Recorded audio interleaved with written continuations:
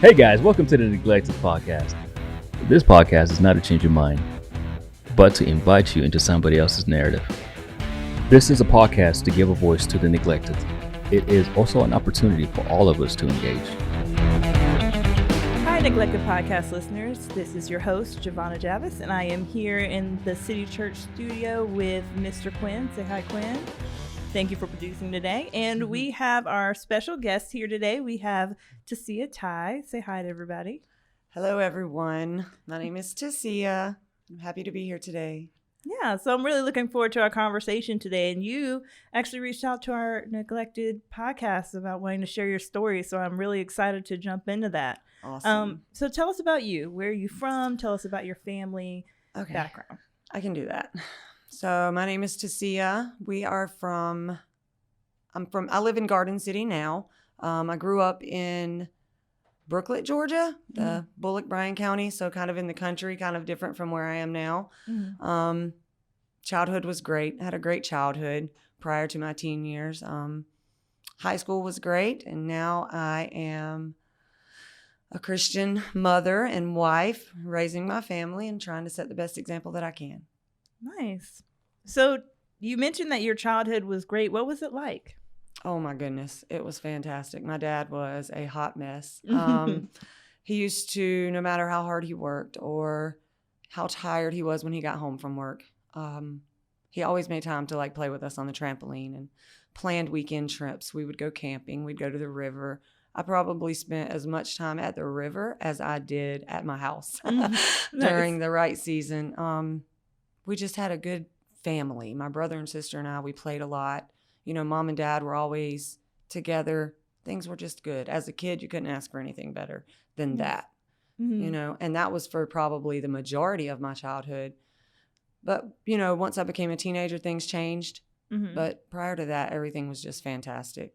Life was good. Yeah. And what was school like for you? So you mentioned that, you know, you had this really great family unit as a child. And so what was school like for you? School was my place. School was fantastic. I worked as hard as I could. I tried to do the best that I could do at every single thing I did, just because I craved, I don't know, at that time I was kind of craving attention and approval. And, you know, I did that in school.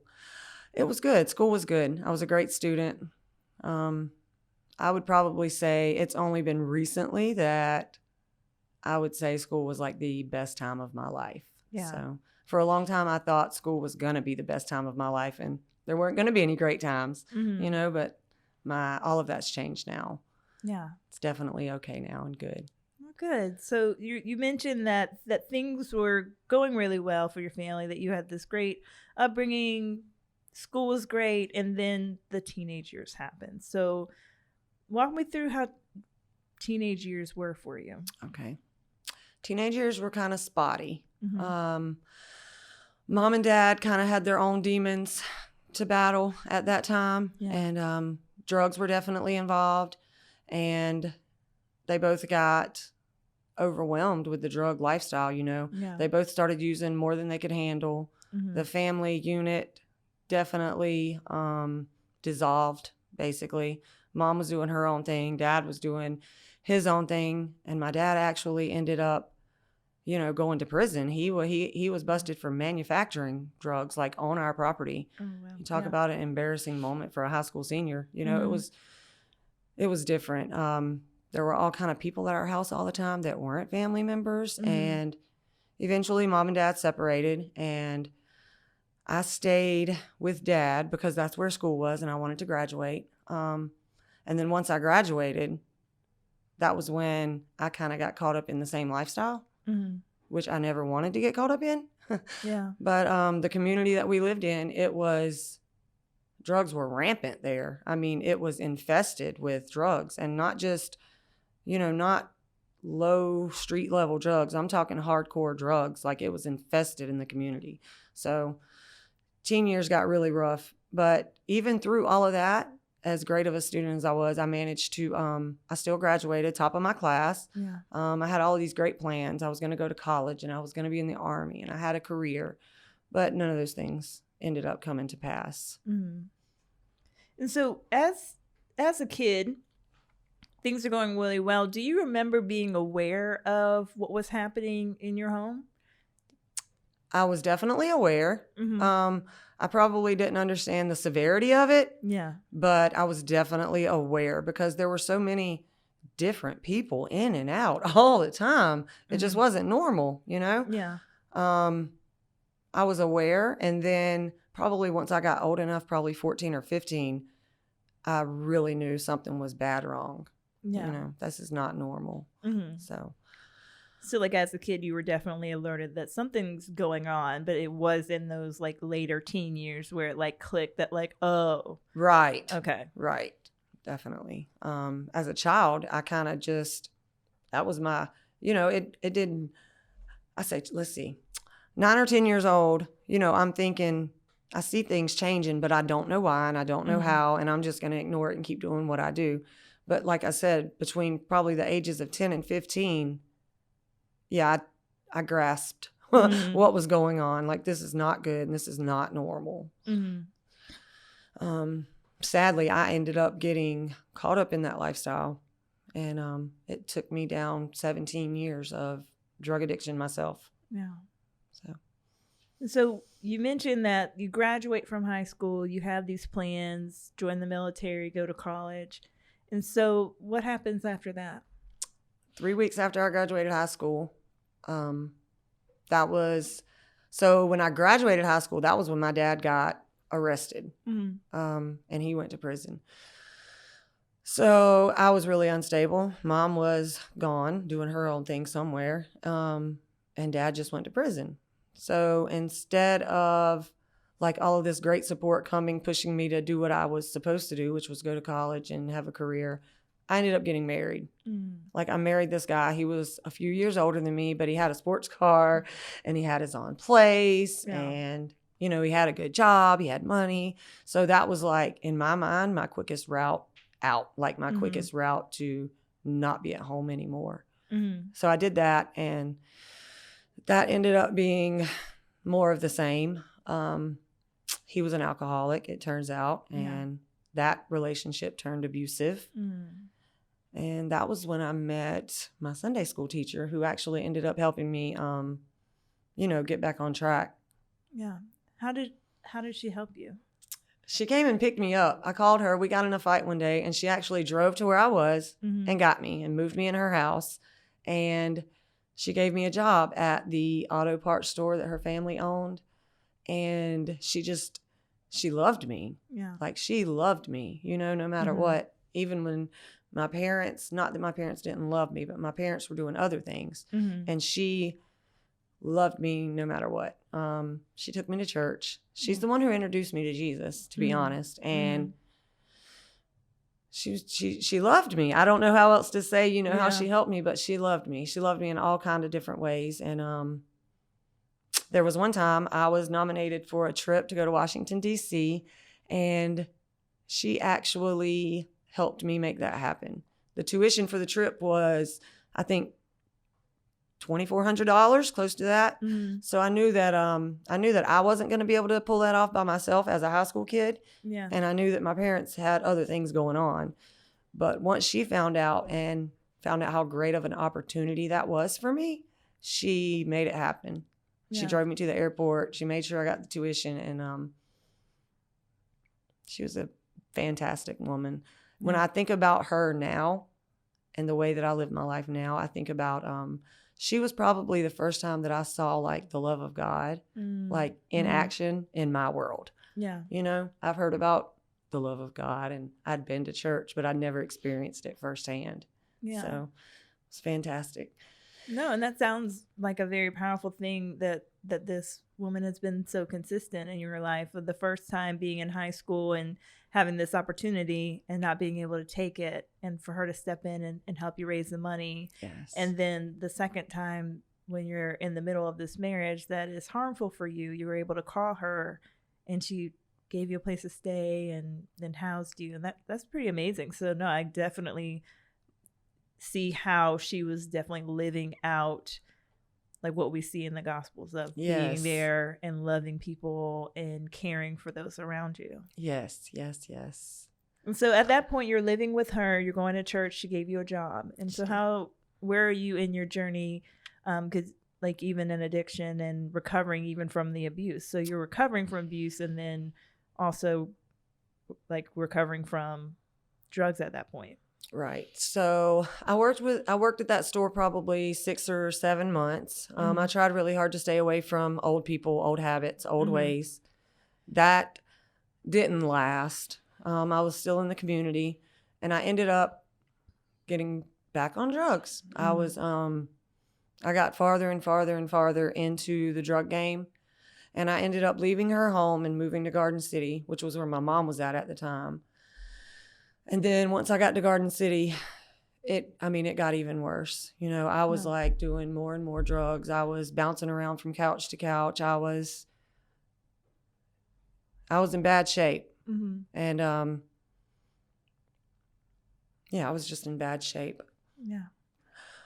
I try to think about, like today, when I think about those times, I know good and well without the grace of God, like I'd be dead right now. There are so many things in my life that would have me, I should be dead, you know? Eventually, I got put on probation for a DUI, and Chatham County got their hands on me. I had to go to something called the Daily Reporting Center. It's like where you're on probation and you report every single day. I couldn't get my act together. They gave me chance after chance after chance, and I just couldn't get my act together. So eventually I was sentenced to go to RSAT, Residential Substance Abuse Treatment Program. It's a 9-month-long residential rehab in prison for women. I have an incredible story about that. The same Judge Louisa Abbott here in Chatham County, she's a Superior Court judge. The day that she sentenced me, you know, of course, I'm in shackles. I have handcuffs on my wrists and my ankles. And I'm like in tears begging her, please don't send me to prison. And she looked right at me and she says, Ms. Boyles, you can't see in you what is there. You know, you're too far gone right now, and we're going to have to do this my way. So she sent me to prison. And I ended up doing the program. I completed it successfully. I thrived in the program. I had a great counselor there. I skipped a lot. I was going to tell you. I thrived in that program there, and I actually learned how to process grief for the first time. Because, you know, while I was in addiction, lots of things happened, lots and lots of things that I never really processed. And once I got to the rehab program and sat down and dried out long enough, and I was able to process grief, and I was able to hear how much God loved me, and I was able to see that I could change my mind and I could change my lifestyle, and I didn't have to live that way forever. It saved my life. And then when I got home, Judge Abbott, the same judge that sentenced me, she actually came out to my 1-year meeting at AA, and she presented me with my 1-year sobriety chip. Wow, that's amazing. It's incredible. So you mentioned that the in between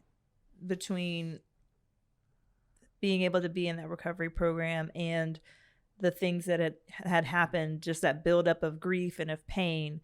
And you'd mentioned while you were telling that story that there were some things that you meant to mention. So in the midst of addiction, now that you're looking back on it, what are the things that you're noticing that addiction helped you not feel?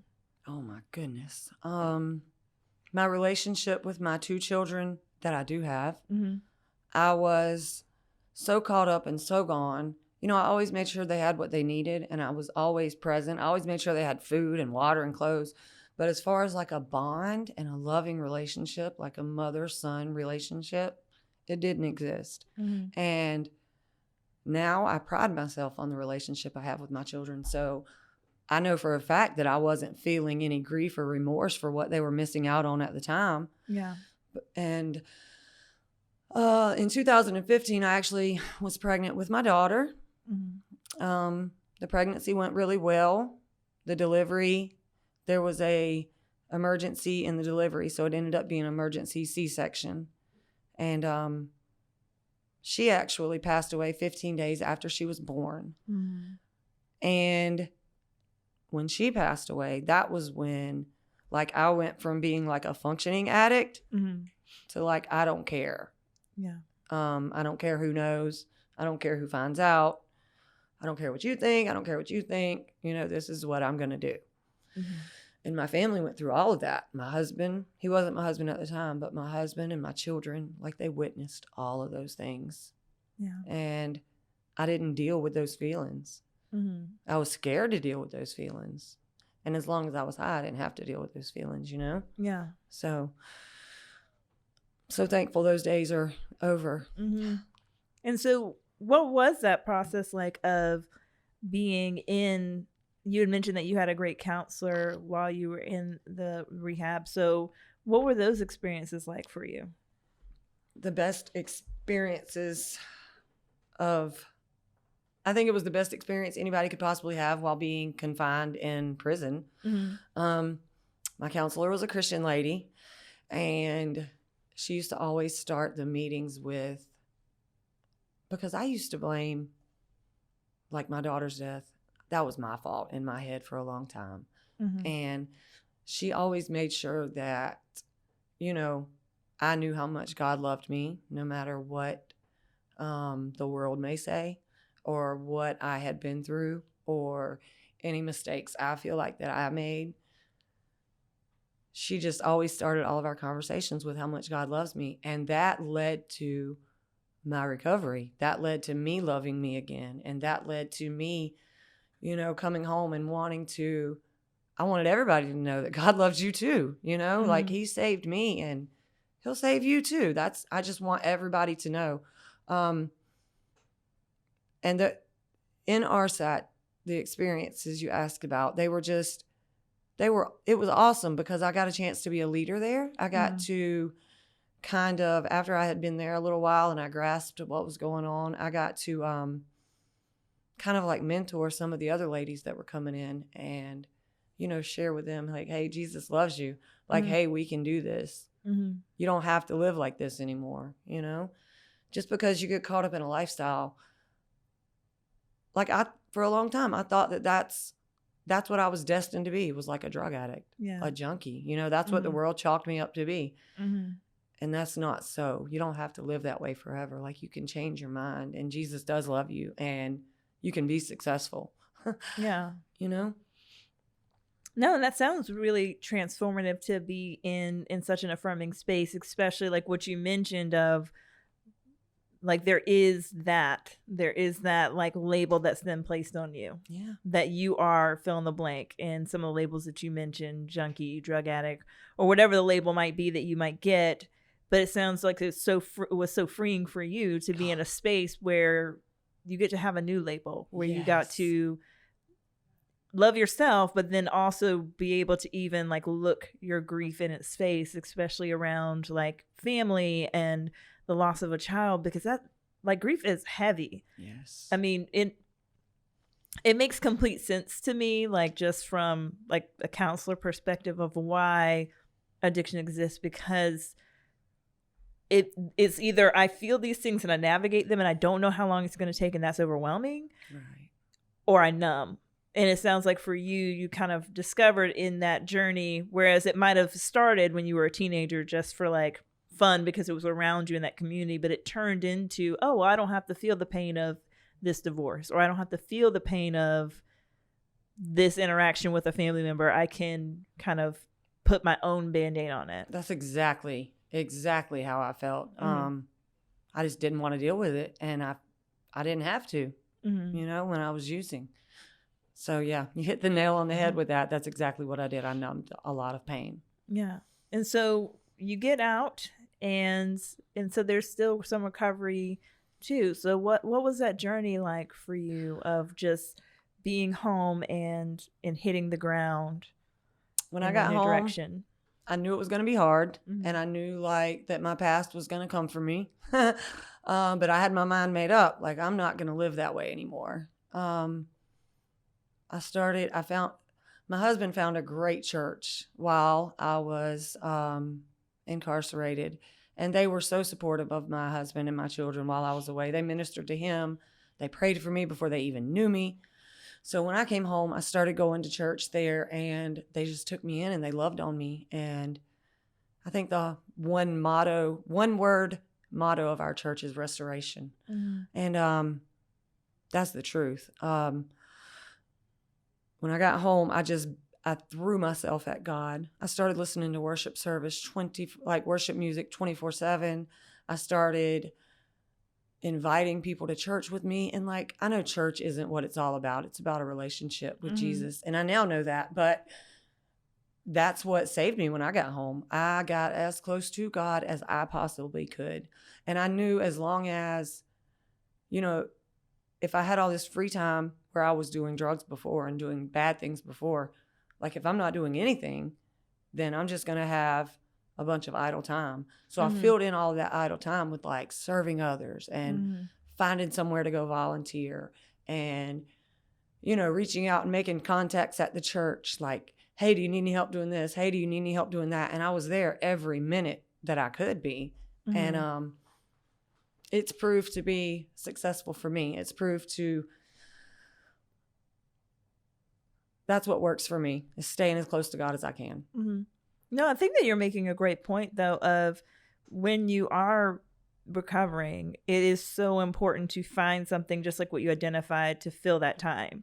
And for you, what was very nourishing to you, so it was not just a thing to do with your time so you didn't use, it was also something was very nourishing to you to be in this community, because it sounds like what the community you landed in even was a very healthy, very affirming space. And so it makes sense that you would spend your time in this affirming space, that then you would also be spending that time, as you said, instead of being tempted by using, I'm going to go ahead and serve. And that's what worked for you. So I love that you brought up that point of, in recovery, it's not necessarily just about not using, but what are you going to do with that time? I think that's really important.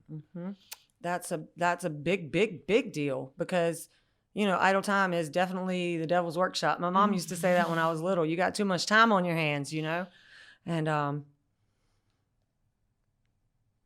that's what helps. It helps. And I just wish, I don't know, it's I try to live my life today as an example. My whole goal now is I want to be the matriarch that my family has never had. That's what I want to be. I want to set a real example for my children. I want them to have a real start when they graduate high school. And that's another thing. I'm so thankful that they were old enough to witness the bad, the ugly, and now the good, Yeah. Do you have any feedback for maybe a parent that is walking through addiction of how to walk your kids through that recovery? Feedback?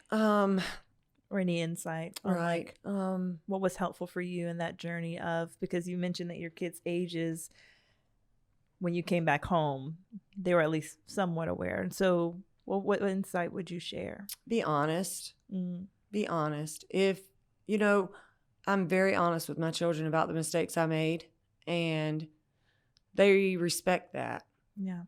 And I try to respect their space too. I try to, I have to let them be mad. If they're going to be mad at me, let them be mad and forgive them for that. Give them that space to, especially with my boys, they're very emotional and they love their mama. But when I got home, it was tough. They were mad at me for a little while. Yeah. And I couldn't really, when they showed out or they acted out, I wanted to be mom and discipline them but at the same time, I had to realize, they have real feelings too.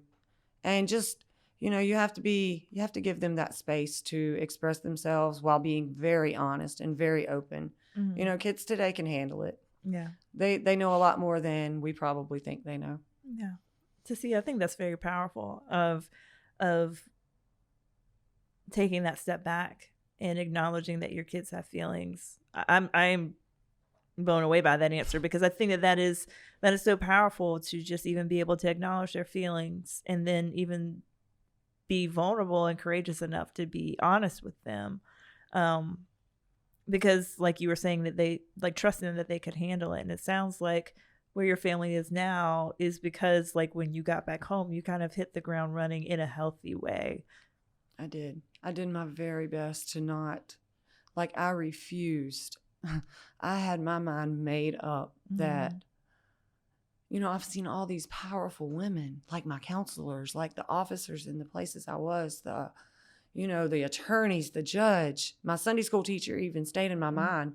Like, why couldn't I have a life like that, you know? Yeah. And I had just made up my mind. I was going to, that's how I wanted my life to be. And doggone it, I was going to make it happen. Yeah. So when I got home, put myself around the right people. I just submerged myself around powerful, strong women of all different backgrounds and all different lifestyles and all different economic groups. And, you know, I soaked up all of the wisdom and I soaked up all of the advice. And now I am today, you know, proud and successful. And I do have my own life just like that. Yeah. You know, happy and blessed and walking in victory. Yeah. No, and I love your point of making that conscious choice of who you would surround yourself with. Like, I'm seeing that connection between in your teen years who you were surrounded with versus who you're now that you know. Because when we were teenagers, we don't know any better. That's right. Like, we're not saying it's okay, but we didn't know any better. We thought we knew, but we didn't know any better. But I think that what I love hearing you say is that, like, as an adult, getting out from under this addiction of, I'm going to make a cognizant choice of the people I need to be around. I need to be around diverse people. I need to be around people who are moving in a healthy way. I need to be around, and it sounds like you kind of had this list in order to map your way. And that's, I think that's really important. Because I think that, like, it is easy to just think that it is just about go to recovery, go to AA, the end. But if you haven't lived it, or if you haven't watched someone walk it out, there's a lot of things that are happening in the in-between. Oh, yeah. The in-between is the biggest part of all of it. The meetings and the, you know, telling somebody I'm in recovery, that's just like you said, that's from the outside looking in. The biggest part is the in-between and what you're doing on your own. You can't just go to meetings and expect that to save you. Yeah. You can't just go to church and expect that to save you. You have to, like you said, I did have a list. Like, I had an actual physical list of things I wanted to check off when I got home. The only reason I had that physical list is because I was incarcerated, you know, and had a lot of time on my hands. But I did. And, you know, I made sure that when I check something off, I add something to the bottom. I check something off and I add something else to the bottom. And I still do that today, maybe not on a physical sheet of paper, but like mentally, I'm like, okay, I did that. What's next? Yeah. Like, I did that. What's next? And that used to hold me back. That's probably the biggest change. I used to get so nervous and worked up about, like, life happening to me. Like, if this happens, what am I going to do? Oh my gosh. But now it's like, I wake up every day and it's not, what if this happens? It's like, I'm going to make this happen. And that's just how I live my life today. I don't let life happen to me. I kind of live on purpose, you know? Yeah. I get up and I say, all right, God, let's do this. What are we doing today? And, you know, he walks me through it every day. Every day we do it together. Yeah. No. And I love that. And I see how for you back in those days of addiction, of feeling like, wow, maybe I capped out in school, and how you're seeing that connection of, like, now are my best days because that you have your purpose back. Right. You have that guidepost back. So I think that that's amazing. And like I mentioned before, what I appreciate about what you're saying is you're kind of giving insight into those things that are more than just go to church, more than just, like, we don't just go to church. We get engaged. We build community. We learn how to engage in spiritual disciplines on our own. We don't just go to meetings. We engage with that process, with the 12 steps, with engaging with the person that you're meeting with. And so it's not just about showing up. It's about that engagement too. Yes, ma'am. You definitely have to work the programs, you know, and you definitely have to form a relationship with yourself almost. You have to, like, get to know yourself again. And that was, I know I had to get to know myself again because I had all of these, I guess some of those labels had kind of stuck, and some of them were harder to remove than others. And I had to literally, like, out loud every day, you know, I am not. I am a child of God. I am not what the world says I am. I am this. And that's a big part of recovery and a big part of moving forward and being successful, you know? Yeah, no, our mind there's a lot. There's a lot to the things that we think. And so, yeah, no, I love that point too of you denouncing the things that you're not. Thank you for sharing that with us. I think that is so helpful and so powerful. And I'm always appreciative of people wanting to come in and share their story. I would love, if you're open, to also, direct people to watching your testimony. That's how I got to know your story. And I think I was telling you before that it was a fantastic job. I'll try to link it for people because you did such a fantastic job of telling your story in such a linear fashion. But thank you for coming in and sharing that with us. Thank you so much for having me. I feel like I went around in a circle. No, you're fine. You did great. There was actually a poem I wrote while I was... Yes, would you read that to us? I would love to. I want to share. This is kind of my whole story in a short little poem. So Proverbs 27:19 says, "As water reflects the face, so one's life reflects the heart." So I wrote this poem when I was in jail, everybody. It says, "As I sit alone and stare, only with you these thoughts I share. The woman I see is not the woman you want me to be. The woman I see is healing, slowly but surely revealing, a strong and wise soul struggling to remain whole. I tried this my way from the start, but things inevitably fell apart. I struggled to put my life back together, only to realize this storm I needed you to weather. You brought me back like a wave, my life you surely did save. Father God, thank you for my reflection in the water. Images like these come only from the potter. Never alone I sit and stare, only with you these thoughts I share. The reflection I see is slowly becoming the one you meant for me."